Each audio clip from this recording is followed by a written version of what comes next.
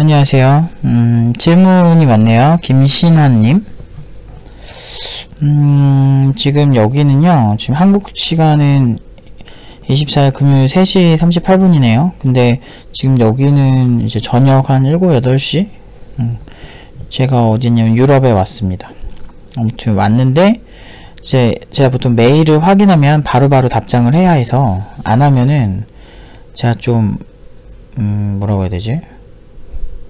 좀 까먹어서 답장 바로 드릴게요. 김신환님이 이제 주셨고, 안녕하세요. 근래 들어 팀노바 채널 영상을 즐겨보고 있는 사람입니다.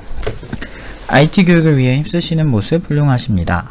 영상을 보며 혼자 생각하다 몇 가지 궁금한 게 있어 메일 드립니다. 저는 건축을 전공하고 있습니다. 건축 설계와 관련된 일을 해보고 팀장님의 실력 있는 개발자와 관련된 영상을 보고 궁금해진 게 있습니다. 건축 설계 쪽 일을 하면서 이러한 경우가 있었습니다. 어떤 컨셉을 잡고 개념을 잡고 설계를 완성시켰습니다. 그런데 직장 상사 혹은 고객의 취향 차이로 인해 단순 변심으로 인해 요새 트렌드가 북유럽 디자이너더라, 나는 이게 더 이쁜 것 같다 라고 얘기를 하면 밤을 새가며 작업한 것들이 헛수고가 돼버리는 경우가 있었습니다. 그 어떤 건축가래도 건축주가 내 돈 갖고 내가 짓겠다는데 라고 나와버리면 할 말이 없어집니다. 오랜 경험을 갖고 있는 건축가도 방법이 없죠. 직장상사와 프로젝트 진행 결정도 직장상사의 취향 차이로 결정될 때도 있죠. 다만 취향 차이니 어떻게 반박이 불가하다는 겁니다. 되게 예술적인 분야인 것 같네요. 약간 좀 주관적인 게 되게 강한 거. 이런 모습을 생각하면 과연 건축가의 실력은 어떻게 평가할 수 있을까라는 의문도 들더라고요. 팀장님께 여쭈고 싶은 건 이겁니다. 개발 쪽에도 이와 같은 사례들이 있나요? 개발 쪽에서도 취향이라는 이유로 프로젝트의 방향이 뒤바뀌기도 하나요? 개발자의 실력을 평가할 때 기준은 무엇인가요? 정확히 어떤 개발자가 잘하는 개발자인가요? 실력만 있다면 고객도 직장상사도 설득이 가능한가요? 오, 질문 짱 맞는데요? 일단은 저는 건축도 건축가의 실력도 평가할 수 있다라는 거는 저는 그런 거를 이제 유럽에 이제 오니까 되게 멋진 건물들은 멋지더라고요. 그래서 뭐 건축가들이 많이 존경하는 그런 건축가 중 하나가 가우디잖아요. 스페인에 갔을 때 생각을 해보면 그냥 멋있더라고요. 뛰어난 건축가들이 한 작품은. 그리고 이제 소위 이제 유럽 오면은 이제 명품 브랜드들도 이렇게 지나가다가 많이 보잖아요. 그러면 진짜 인기 많은 브랜드들이나 그런 것들은 나름 이제 그냥 일반인이 봐도 멋있더라고요. 그래서 제 생각은 뛰어난 건축가라는 기준이, 물론 이제 전문가들의 의견이 또 다르시겠지만 저희도 그렇게 말하면 그렇게 다르진 않을 수도 있겠다는 생각도 들고, 한편으로는 건축가로서 자기 자신 실력이 뛰어나다는 건 누구나 봐도 저긴 진짜 괜찮다, 보편적으로 그런 건물을 지어내는 사람들을 선호하는 거 아닐까? 물론 이제 본인이 의사결정권이 없잖아요. 저는 그게 가장 큰 문제라고 생각하거든요. 의사결정권이 없다는 거. 근데 의사결정권이 없다는 게 사실은 의사결정권이 없으면 자기가 그냥 자기 회사 차려야 돼요. 저도 똑같은데, 이거는 뭐 질문에 대한 답변 아니지만 저도 비슷한 경험이 많은 게, 팀노바를 창업하게 된 이유가 사실은 강사로서도 지금 와달라는 그 학원도 너무 많았었고, 뭐 그걸 떠나서 그냥 개발자로서도 굉장히 저는 먹고 사는데 크게 문제는 없었거든요. 항상 일이 넘쳤고 되게 잘 살았는데, 근데 중요한 거는 이제 제가 학원 교육기관을 하고 싶은 거예요. 예전부터 이제 그 군대 때문에 몸이 이제 매여 있었거든요. 그러다가 이제 소집 해제가 되고 자유를 얻고, 이제 그 다음에 1년 동안 돈 좀 이제 많이 모았고, 그래서 이제 뭐하지? 이런 생각을 한 거예요. 계속 이렇게 프리랜서 해도 되는데 너무 외롭죠. 혼자 1인 프리랜서의 그게 단점이거든요. 재택 프리 하는 게. 그래서 외로워서 이제 친한 기경현 팀장이랑 같이 사무실을 차리고 우리 한번 해보자, 개발사무소 차리자고 한 게 팀노바였거든요. 근데 그렇게 된 이유가 고연봉 주고 강사로 부르던지 아니면 뭐 스카웃을 하던지 그러면은요, 제가 만들고 싶은 작품을 못 만들어요. 근데 그건 어쩔 수가 없는 것 같아요. 왜냐면 이 회사는 지금 의료 스타트업인데 의료 관련 제품을 만들려고 머릿속에 구상을 하고 있는데 기술이 없잖아요. 기술이 없을 때 찾는 사람이 사실은 개발자잖아요. 그래서 저는 건축이랑도 가끔 많이 비교하거든요.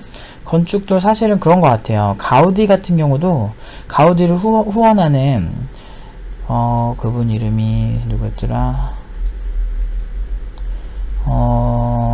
백작인데 잠깐만요. 기억 좀 해볼게요. 구엘공원, 맞아, 구엘이요. 구엘이라고 하는 그 가우디를 후원하던 후원자가 있었어요. 근데 이제 그런 얘기를 했다 그러더라고요.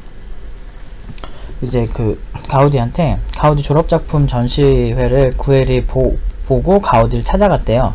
그리고서 가우디한테 얘기한 게, 저는 감히 당신의 작품 세계를 평가할 수 없습니다. 하지만 당신의 작품이 굉장히 가치 있는 것이라는 건 알고 있습니다. 라는 얘기를 했다 그러고서 이제 의뢰를 했대요. 근데 중요한 게 뭐냐면, 그러니까 가우디의 작품 세계는 굉장히 존중했지만 그거는 그만큼 그 사람 졸작이 되게 훌륭했기 때문에 가능했던 것 같아요. 그만큼의 존중을 받아야 마땅하다고 판단을 했던 것 같거든요, 구엘이.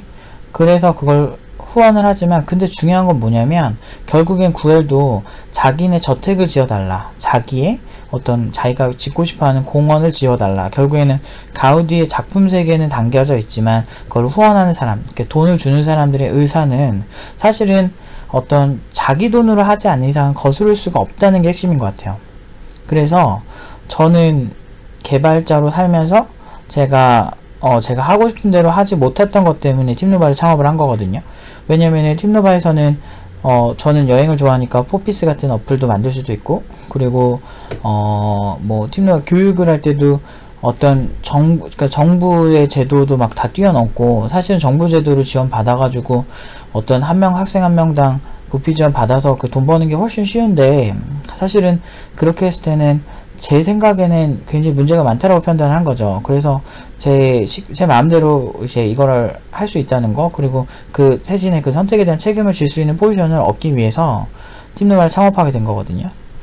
그래서 제 생각에는 직접 하시지 않으면 원하는 제품 막 이렇게 고집하실 수는 없어요. 그리고 정확히 말하면 기획자 영역이 있고 개발자 영역이 있는데, 개발 설계에서는 좀 자유로울 수 있죠. 예를 들면 건축 설계도 비슷한지 모르겠는데, 예를 들어서 이제 건물의 전개 방식, 그러니까 만드는 전개 방식도 만들 수도 있고, 물론 이제 건물주한테 어느 정도 설명을 하겠지만, 그래도 여기도 똑같아요. 그러니까 건축이랑 비슷해서 뼈대를 만들고, 그래서 어느 정도 이렇게 전개해 나가는 게 있는데, 어떤 스타일, 제품이 어떻게 나왔다, 그러면 사실은 디자이너나 개발자들은 다시 만들어야 되면 만드는 거예요. 근데 그렇기 위해서 월급을 받는 거기 때문에 저는 사실은 크게 그렇게 문제라고 생각은 들진 않네요.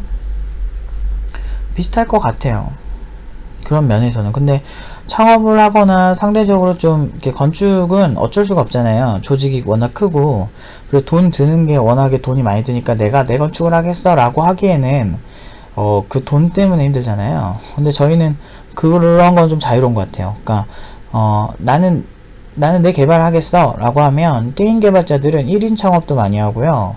그리고 저처럼 1인 프리랜서 하는 경우도 있는데, 근데 그것도 고객의 의뢰에 따라서 만드는 거랑 특별히 다른 것 같진 않고, 글쎄요. 근데 창업하는 건데, 창업하려면 어느 정도 돈은 있어야 되는데, 상대적으로 건축에 비해서 돈이 많이 필요하지 않다라는 게 핵심인 것 같아요. 그렇고, 아무튼 이제 질문에 대한 답변 해볼게요. 쓸데없는 얘기 많았네요. 첫 번째 질문은 답은 될 수 있겠는데요. 위와 같은 사례들이 있나요? 네, 있습니다. 많습니다. 많고, 근데 자기가 하고 싶은 공부를 못할 때도 있어요.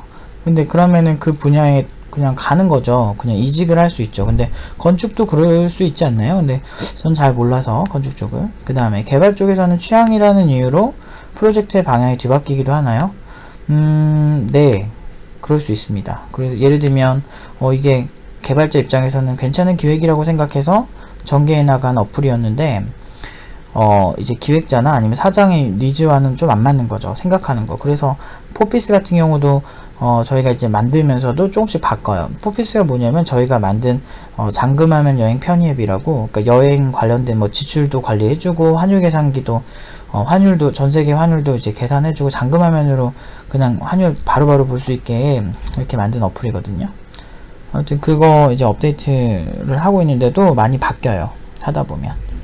개발자의 실력을 평가할 때 기준은 무엇인가요? 정확히 어떤 개발자가 잘하는 개발자인가요? 개발자 실력 평가 기준? 되게 애매한데요? 근데 되게 많아요. 그러니까 결국에는 회사 취향이긴 한데, 근데 그런 거 있잖아요. 가우디 작품을 보면 일반인도 감동을 하듯이 개발자도 똑같아요. 그냥 있잖아요. 저는 고객들이 되게 또 잘난 척 할지 모르겠는데, 제 얘기를 하지 말고 그러면, 제 자랑을 엄청 많이 했으니까, 학생 얘기도 하지 말고, 그러면은 그 친구들이랑 얘기해 볼게요. 제가 병특 때 만났던 친구들 얘기를 해볼게요. 그 중에 한 친구는, 지금 이미 100억 넘게 투자 받아서 엄청 잘 나가는 친구가 있고, 그리고 그런 친구들 말고도, 그러니까 다들 엄청나게 그 큰 곳에서 한 자리씩 하거든요. 그러니까 CTO 이상 하거나, 근데 나이가 저보다 다 어려요. 그게 문제예요.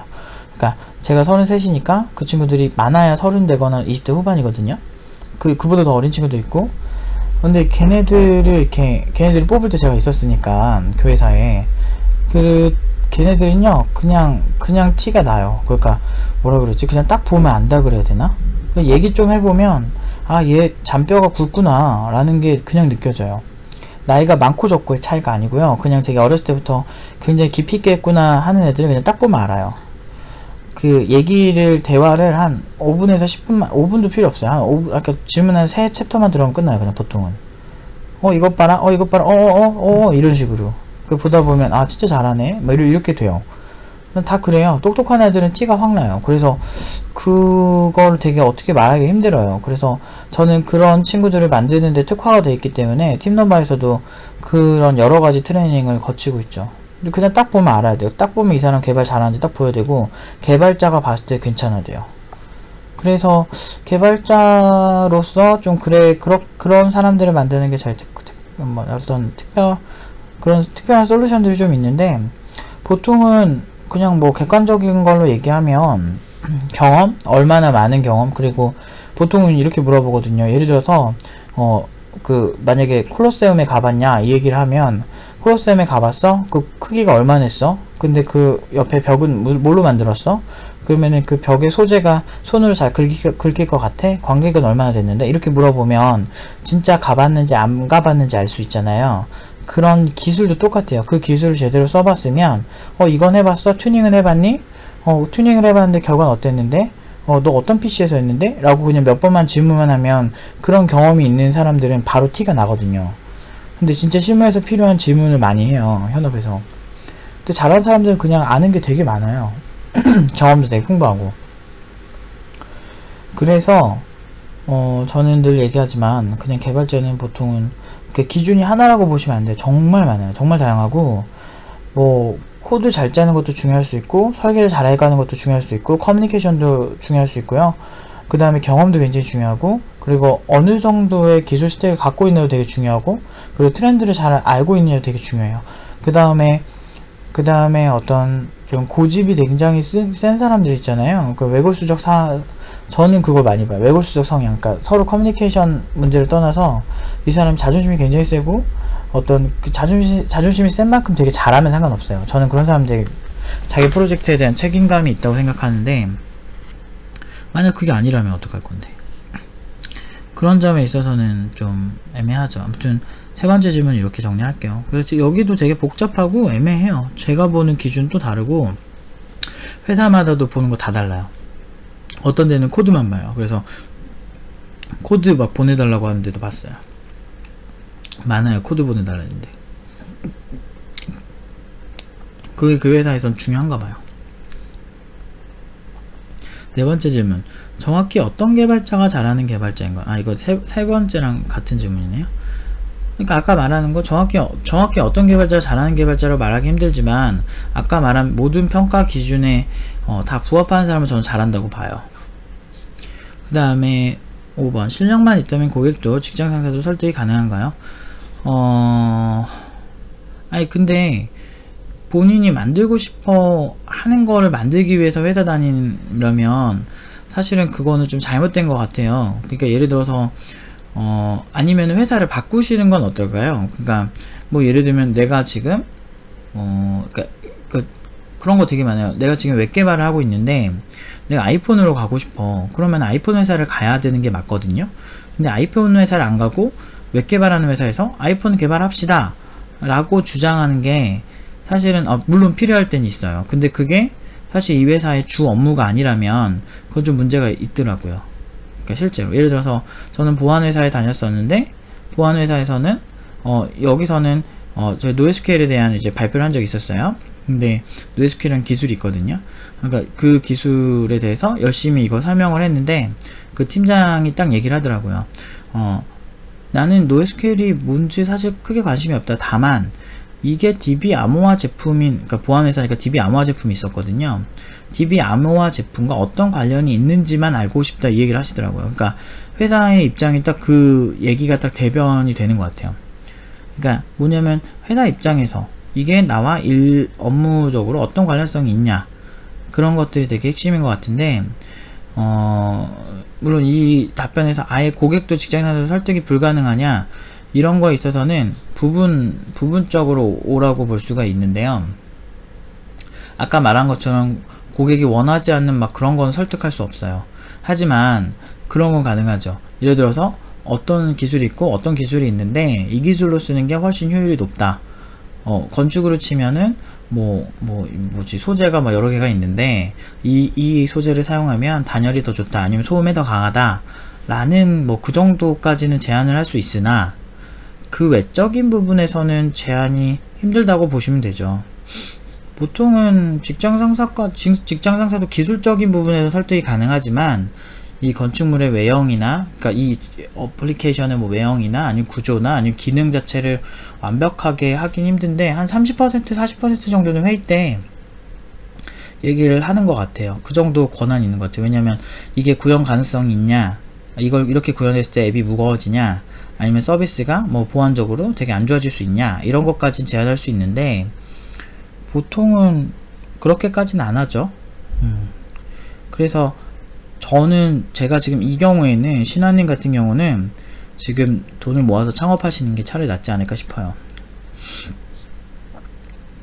저희도 밤을 새가며 작업 많이 하거든요.